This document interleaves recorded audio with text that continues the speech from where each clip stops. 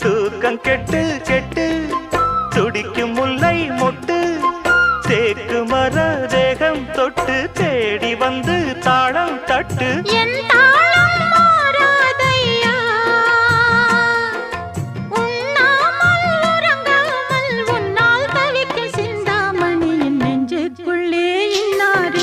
சொன்னால் புரியுமா அது கொஞ்சி கொஞ்சி